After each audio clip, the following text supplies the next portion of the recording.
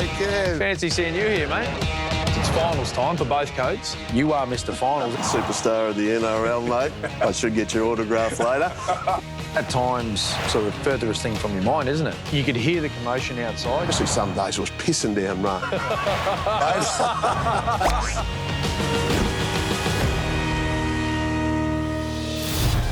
Ayresy, always good to catch up, mate. Thanks, Ken. Well, what a great time of year it is. Spring, it's starting to warm up a bit. You can smell the freshly cut grass. It's finals time for both codes. Yes. We were lucky enough to play in a lot of finals games and a fair few grand finals. Is there a particular teammate or a group of teammates that you played with that really rose to the occasion, that really enjoyed that high-pressure game? Look, I was really lucky, Cam, I must admit, when you're playing 8 grand finals over a 9-year period. So for me, Dermott Brereton comes to mind straight away.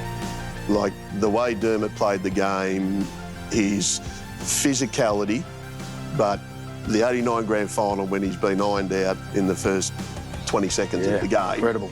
For him then to be able to contribute in a game that was just brutal, I'd go to war with Dermott Brereton. He'd be one of the first ones that I would pick anyway if I was going to war. Yeah. What about you, mate? Who would you say? Yeah, oh, look, I had a few, and again, I was lucky, like you, Ayresy. I played in 8 grand finals, and we won 5. There was 3 that stood out, and those 3 players were Billy Slater, Greg Inglis, and Cooper Cronk, and for slightly different reasons too.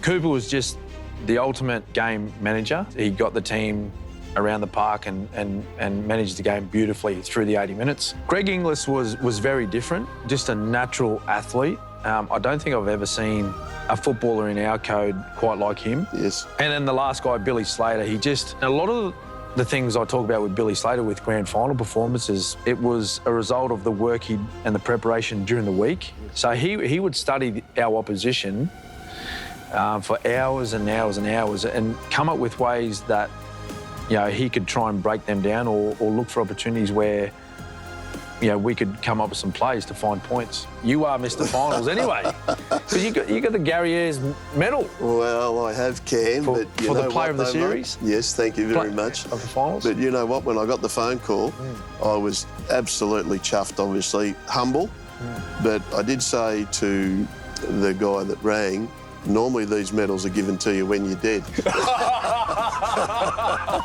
So at least I'm still alive, mate, to for enjoy. Many more years, mate. So, Cam, we've obviously got the pre-finals bye. Yeah. Now, me personally, I think I would rather see sides that have got momentum to really finish off the home and away season well. Yeah. The fans are all geared up for what may be titled another season within a season, which is finals.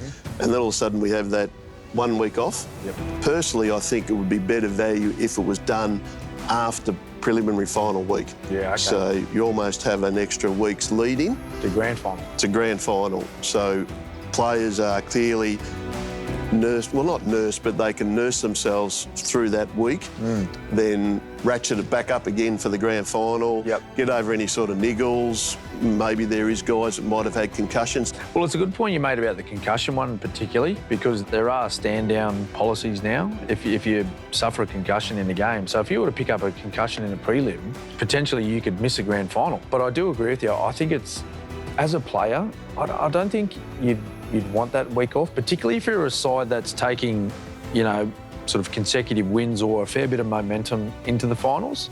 It can sort of halt, you know, that feeling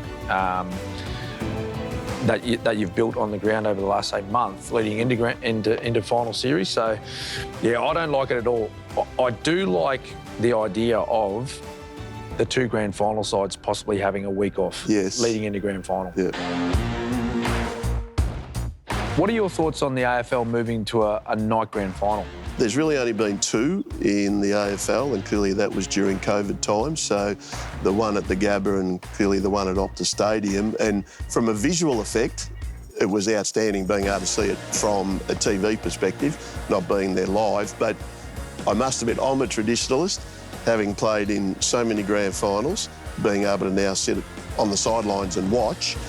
I still feel the 2:30 time slot really fits in with what our grand final is synonymous with. So It's so engaging with the fans, and so many people can then do lots of things after the grand final because it finishes at a reasonable time. Yep. So I must admit, I'm still feeling there's a time slot at 2:30. Yeah, majority of the grand finals that I've played in have been nighttime. I did play in one that was like a twilight game. I think we kicked off around 5:30, and it was a bit of an experiment for the NRL. Yeah. So from a playing point of view, playing at that nighttime schedule, it becomes a really long day. Now, you'd probably understand this. So you wake up grand final day, all you want to do is get out to the ground and you just want to get all your gear on and get on the field and start playing. But with the 8 o'clock kickoff, if you're an early riser in particular, you can spend a lot of energy actually during the day thinking about a game that's 12 hours away.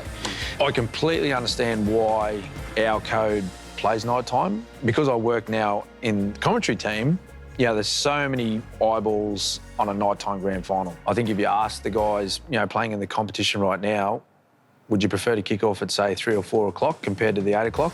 I reckon they take the afternoon kickoff every day of the week. And what would Mr. Volandis think about if the AFL said, we're going to go to a night grand final? Oh, he'd come up with some way to try and top the AFL. I can guarantee you that. Ayresy, always great to catch up, mate. Thanks for chatting finals. Let's hope for a classic series for both the AFL and the NRL. This is what coaches and players and commentators want to be part of. So, great to chat, mate.